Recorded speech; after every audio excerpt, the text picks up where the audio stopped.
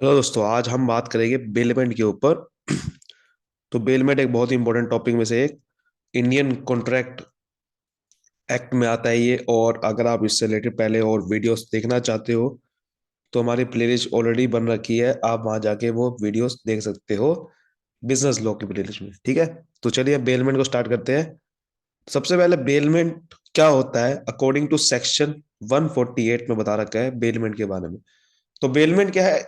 Bailment का मतलब होता है एक गुड्स की डिलीवरी करना एक पर्सन के द्वारा दूसरे पर्सन पे, कोई एक पर्पस के लिए, कुछ एक पर्पस के लिए डिलीवरी करना गुड्स की। इट मे बी रिटर्न, और वो रिटर्न भी करवा लेना या फिर डिस्पोज करा देना, जैसे मर्जी, according to the terms of contract. Contract के टर्म्स के हिसाब से वो होता है कि वो अगर वो चाहता है कि रिटर्न हो जाए उसके बाद तो रिटर्न करवा लेंगे, नहीं चाहता रिटर्न हो तो नहीं कराएंगे। So after completion of purpose उसे बोलते हैं बेलमेंट। मतलब एक पर्सन जब दूसरे पर्सन को गुड्स की डिलीवरी करता है किसी एक पर्पस के लिए, और वो गुड्स बाद में रिटर्न भी करवा सकते हैं या फिर डिस्पोज मतलब सेल हो सकती है आफ्टर कंप्लीशन ऑफ पर्पस, और वो टर्म्स के हिसाब से होगा जैसा वो चाहता है उसके हिसाब से। जैसे कि आपने देखा होगा कभी कभार हम लीज पे ले लेते हैं चीजें चीजें हम क्या लेते हैं, लीज पे ले लेते हैं, उधार पे ले लेते हैं। या फिर एक लीज क्या होता है, एक एग्रीमेंट होता है। जैसे कि आप मान लो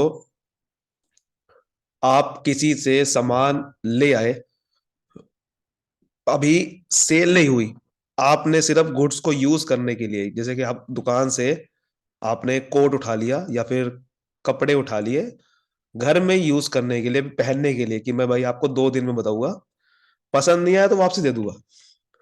तो अभी आपने कोई पैसे नहीं दिए, कोई डील नहीं हुई, आपने सिर्फ गुड्स की डिलीवरी गई, उसे क्या बोलते हैं, बेलमेंट। उसे क्या बोलते हैं, बेलमेंट। कि कॉन्ट्रैक्ट के टर्म्स के हिसाब से आपने कहा कि देखो भाई मैं 2 दिन यूज करके आपको वापसी दे दूंगा, उसके बाद पसंद आया तो मैं आपको खरीद लूंगा। ऐसे कई बार अमेजोन भी दे देता है आपको कि आपको गुड्स यूज करने के लिए दे दे 10 दिन के लिए, उसके बाद वो आपसे गुड्स वापसी ले लेगा, और या फिर आपको सेल करनी पड़ेगी, आप खरीदना पड़ेगा। So that is called bailment. तो जो पर्सन डिलीवर कर रहा होता है गुड्स दूसरे को, उसे बोलते हैं बेलर। और जो पर्सन रिसीव कर रहा होता है गुड्स को उसे बोलते हैं बेली। और पूरे ट्रांजेक्शन को क्या बोलते हैं, बेलमेंट। ठीक है। अब क्या क्या एसेंशियल होते हैं बेलमेंट के। तो सबसे पहले बेलमेंट में कॉन्ट्रैक्ट होना बहुत जरूरी है। There should be a contract. ठीक है। अगर कॉन्ट्रैक्ट नहीं है तो वो बेलमेंट नहीं होगी। तो वो कॉन्ट्रैक्ट, अब कुछ एसेंशियल होते हैं कॉन्ट्रैक्ट के। अगर आप वो देखना चाहते हो उसकी वीडियो, तो उसकी वीडियो का लिंक, मतलब लिंक नहीं, आपको पूरा प्लेलिस्ट में जाना पड़ेगा, बिजनेस लॉ की प्लेलिस्ट में आपको मिल जाएगी वीडियो। ठीक है। और वो एग्रीमेंट एक्सप्रेस भी हो सकता है, इम्प्लाइड भी हो सकता है, बता के भी हो सकता है, और अपने आप समझ के भी हो सकता है एग्रीमेंट। उसके बाद सेकंड है बहुत important, there should be delivery of goods. मतलब कि गुड्स की डिलीवरी होना बहुत जरूरी है। अब देखो, गुड्स की डिलीवरी दो तरीके की हो सकती है, एक्चुअल डिलीवरी भी होती है या तो कंस्ट्रक्टिव भी होती है। एक्चुअल डिलीवरी का मतलब कि गुड्स आपको हैंड ओवर कर दी गई है, यानी कि पोजेशन, आपका जो गुड्स को यूज करने का अधिकार है वो आपके पास है। तो वो एक्चुअल डिलीवरी है, आपके पास गुड्स आ गए हैं। लेकिन कंस्ट्रक्टिव भी हो सकती है, सिंबॉलिक भी बोलते हैं उसे। वो वो कैसी डिलीवरी होती है कि आपके पास फिजिकल पोजेशन अभी नहीं आया, does not involve handling over the physical possession. आपके पास कोई पोजेशन नहीं है, उसे कंस्ट्रक्टिव डिलीवरी बोलते हैं। तो भैया बेलमेंट में कंस्ट्रक्टिव डिलीवरी नहीं, एक्चुअल डिलीवरी होनी चाहिए।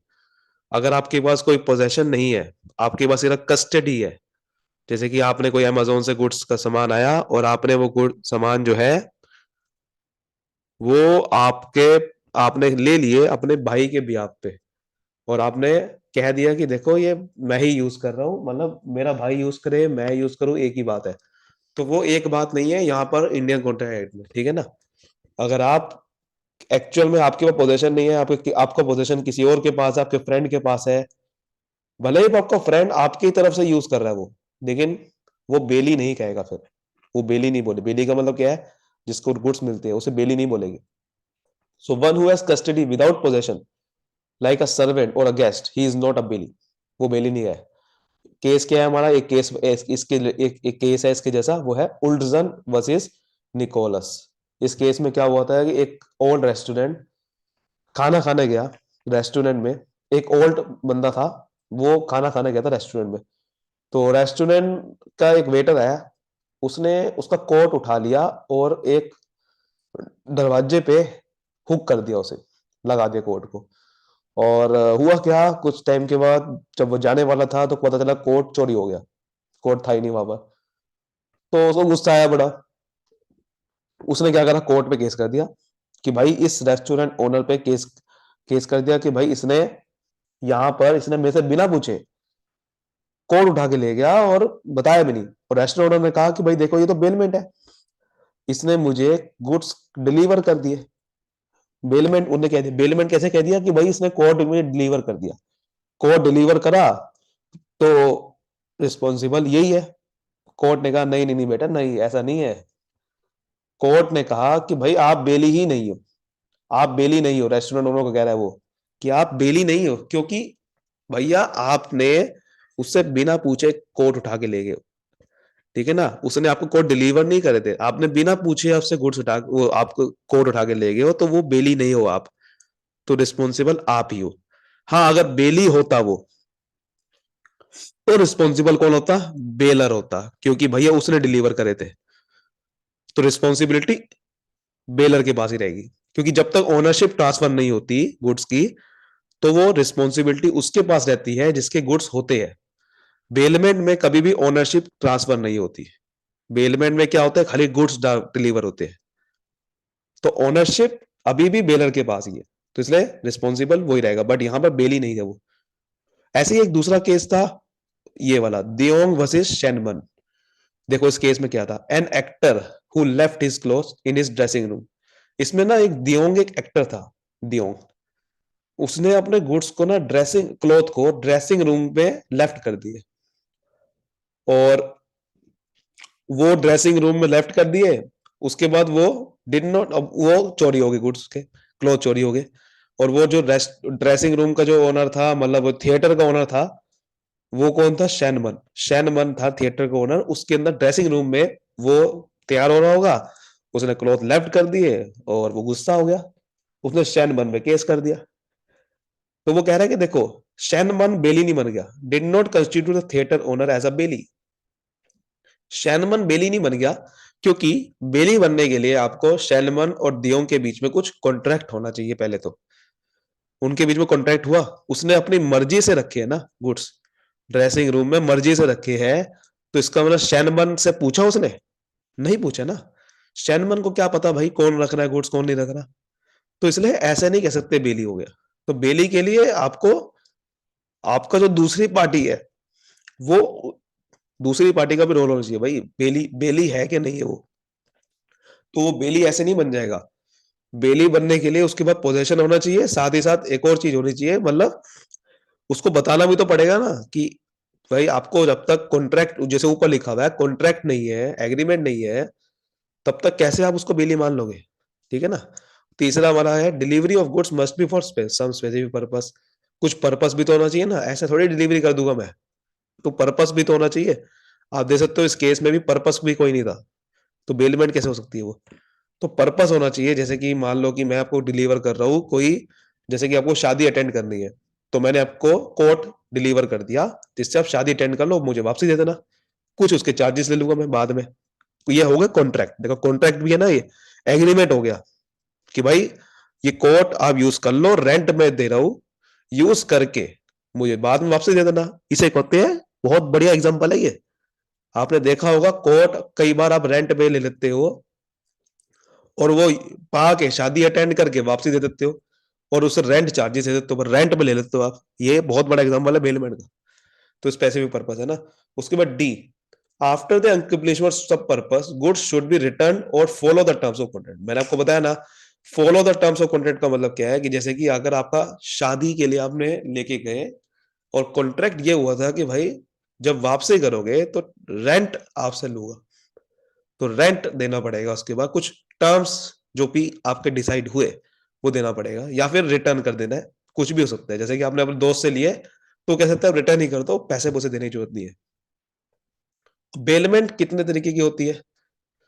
सो on the basis of benefit और bailor of goods are deliver. अब देखो पहला पॉइंट है कि on the basis of benefit of bailor goods, benefit दो आ गए यहाँ पर। मतलब अब पहले हम समझेंगे बेलमेंट का टाइप है बेनिफिट ऑफ बेली के हिसाब से। जो बेली के हिसाब से आपका बेलमेंट होती है उसमें क्या होता है।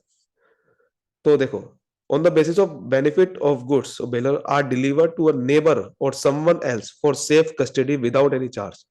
कि जब हम गुड्स को डिलीवर कर देते हैं उसके नेबर को या समवन एल्स को सेफ कस्टडी के लिए विदाउट एनी चार्ज, तो उसमें क्या होता है? तो उसमें एक तरह की ये बड़ी बेलमेंट है।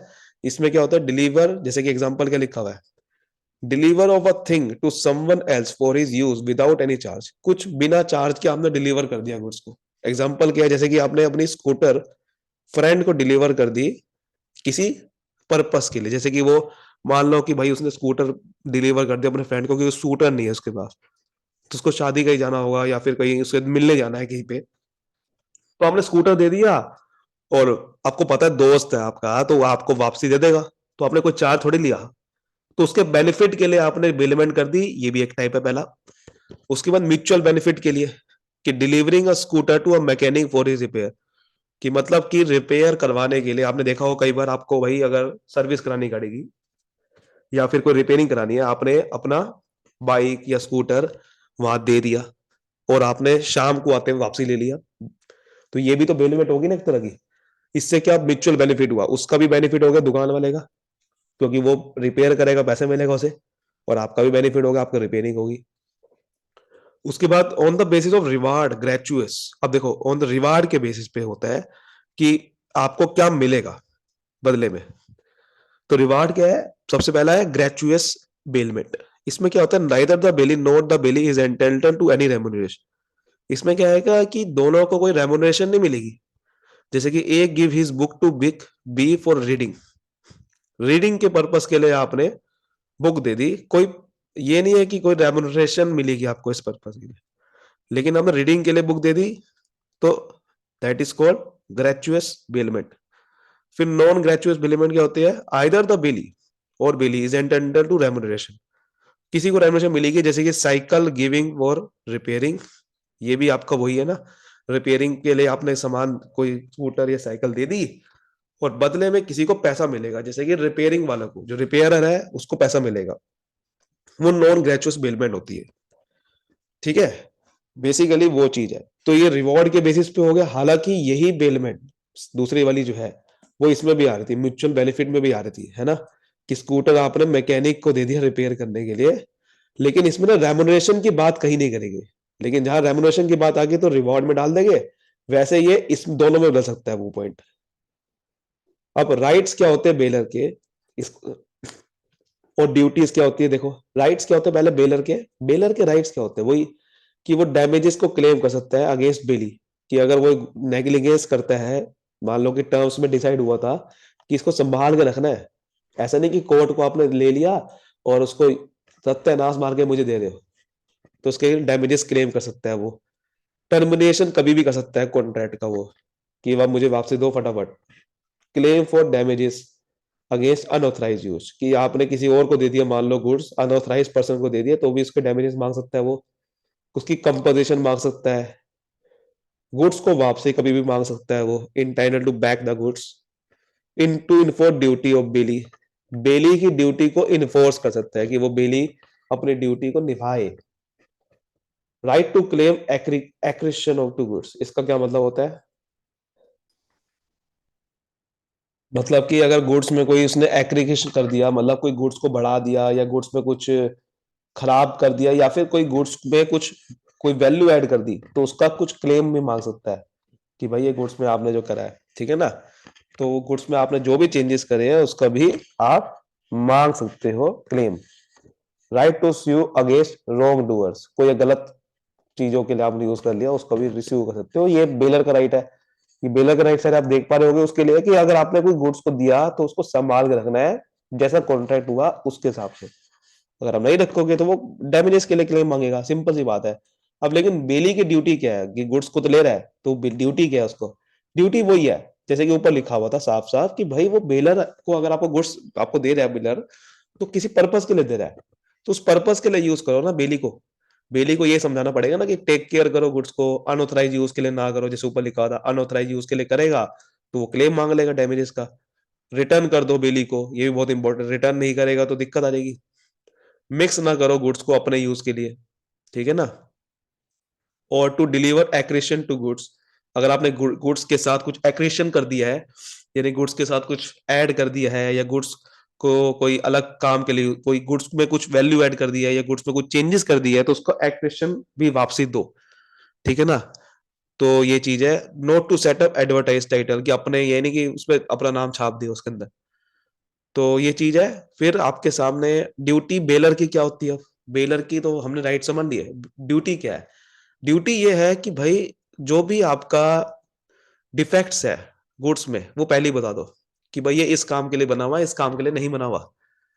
टू बियर एक्सपेंसेस, ये भी होना चाहिए कि भाई ग्रेचुअस होना चाहिए, मतलब जो भी उसके एक्सपेंसेस होने वाले हैं वो खुद बियर करे, ये नहीं कि वो किसी और से करवाए। To bear extraordinary expenses, non gratuitous, जो एक्स्ट्रा ऑर्डिनरी एक्सपेंसेस है, जैसे कि मतलब जैसे उसमें था कि आपने रिपेयर का पैसा मैं दूंगा, तो वही चीज है कि एक तो होते हैं भाई एक्सपेंसेस, एक है कि भाई आपको एक्सपेंसेस एक्स्ट्रा ऑर्डिनरी है दिख नहीं रहे, लेकिन जो एक्सपेंसेस सपोज करो कि कोट आपने दिया, कोट में कुछ खराबी है बहुत तगड़ी वाली, कपड़ा खराब है उसका, तो उसका कपड़ा का इलाज वो करेगा, को आपका कोट देने वाला बिल ही नहीं करेगा। तो जो भी एक्सपेंसेस है नॉर्मल वाले, या कोई एबनॉर्मल एक्सपेंसेस है जो एकदम से आ गए, वो भी वो बियर करेगा, उसे बोलेगा एक्स्ट्रा ऑर्डिनरी। रिसीव करना गुड्स को वापसी लेना। टू इंडिमिनाइफाई द बेली, मतलब बेली को इंडिमिनिफाई कर देना, जैसे कि आपका कोई गुड्स का कपड़ा खराब था और बेली को नुकसान हो गया, तो उसको गुड्स का जो पैसा है वो जो नुकसान हुआ बेली को, उसको इंडिमिनिफाई कर दो, वापसी दे दो। ऐसे ही हमने अब ड्यूटी समझी बेली की, तो राइट्स भी तो हो गए बेली के। बेली के राइट है बिल्कुल। राइट क्या है कि वही डैमेजेस क्लेम करना, वही जैसे कि अगर मान लो कि वही सारे समझ रहे हो ना बात सार को, कि भाई अगर डिफेक्ट निकल गया तो उसका डिफॉल्ट का आप लॉस मांग सकते हो बेली, और आप नेसेसरी एक्सपेंसेस को रिकवर कर सकते हो, जो कि ऊपर आपने समझा अभी। इंडिपेंडेंट ले सकते हो, जो कि ऊपर लिखा हुआ था। और if a third person claim the ownership, the bailee can ask the court to decide the ownership. अगर कोई तीसरा पर्सन आ गया, कोई मान लो वो कह रहा है कि ये तो गुड्स मेरे है, तो आप कोर्ट में जा सकते हो कि भाई ये तो मैंने किसी और से लिए थे, वो ओनरशिप था उसकी थी, अब इसकी कैसे आ गई मुझे क्या पता। So if a third person wrongfully deprived right to bring an action against such party, अगर कोई रॉन्गफुली कोई मान लो आपको नुकसान पहुंचा रहा है, थर्ड पर्सन कह रहा है तो मेरा ही है, तो आप कोर्ट में जाके केस कर सकते हो उसके ऊपर। और can deliver the good back to the one of the bailor without consent of both, अगर कोई बहुत सारे बेलर है तो उसमें से किसी भी एक बेलर को दे सकता है गुड्स बिना उसकी सबसे पूछे बिना। राइट ऑफ लीन, अब लीन क्या होता है, लीन को मैं समझाता हूं अगले पॉइंट में। देखो लीन क्या होता है, लीन यहां पर आप समझोगे बेली लीन, लीन का मतलब lien is a right of a person to retain his possession which belong to another until the demands are satisfied. तो लीन का मतलब गुड्स को अपने पास रखना, ठीक है ना। तो वही चीज है, lien is a right to possession, possession अपने पास रखना until the demand are satisfied, जब तक कि डिमांड सेटिस्फाइड हो जाती। जैसे एग्जांपल आपके साथ लिखा हुआ है, deliver a deliver a rough diamond to B a jeweller, ठीक है। ए ने एक डायमंड डिलीवर करा बी को, ज्वेलर को, to be cut and polished which is accordingly done, कि इसको कट करो पॉलिश कर दो। So B is intended to retain the stone till he is paid for services he had return.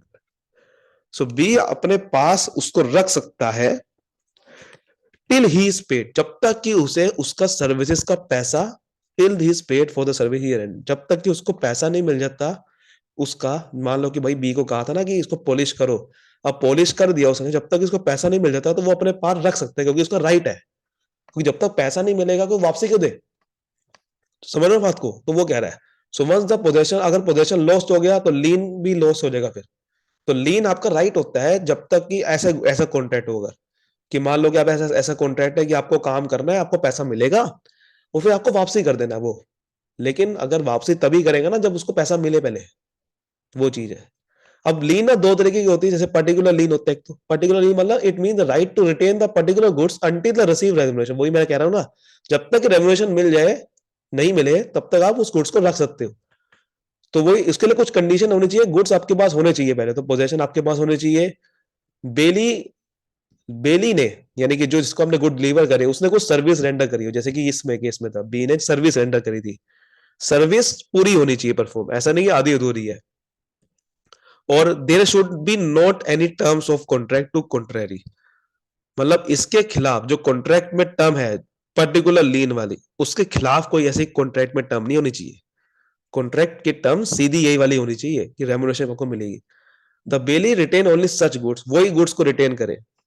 अब उसके खिलाफ एक केस भी बना हुआ है, उस केस को भी समझ लेते हैं। इस केस में क्या था, देखो इस केस में क्या था कि प्लेंटिव था। प्लेंटिव, प्लेंटिव मतलब होता है जो कि बेसिकली जो एक्चुअल में ना केस करता है कोर्ट में जाके, ठीक है ना। So plaintiff delivered an organ for repair to the defendant, तो प्लेंटिव ने एक ऑर्गन डिलीवर करा था दूसरे को, ऑर्गन को, कि भाई मेरा ये ऑर्गन रिपेयर कर दो, और डिफेंडेंट प्रोमिस टू रिपेयर। उस डिफेंडेंट ने कहा कि मैं आपको 100 रुपए में इसको रिपेयर कर दूंगा, कोई दिक्कत नहीं है। तो defendant refuse to repair it for ₹100। अब बाद में इसने क्या करा, मना कर दिया, मैं 100 पे नहीं करता, जो कर ले कर लो। और उसने क्या करा, ऑर्गन को रिटेन कर लिया for the work done on it, organ को रिटेन करके रख लिया अपने पास, बताओ। तो फिर कोर्ट में कहा कि देखो ऐसा है, डिफेंडेंट को कहा कि भाई आप ऑर्गन को रिपेयर नहीं कर सकते अपने पास, आपके पास लीन राइट नहीं है। क्यों? क्योंकि भैया आपने एग्रीमेंट किया था, खुद प्रॉमिस किया था कि 100 रुपए में आपका ये मैं रिपेयर करूंगा। आपने 100 रुपए में रिपेयर करने से क्यों मना कर दिया फिर बाद में, भाई अपनी जबान से क्यों मुकर रहे हो आप? तो लीन उसके पास रहेगा जो अपनी जबान पे रहे। फिर जनरल लीन होती है, it means the right to retain possession of any goods belonging to another for any amount due.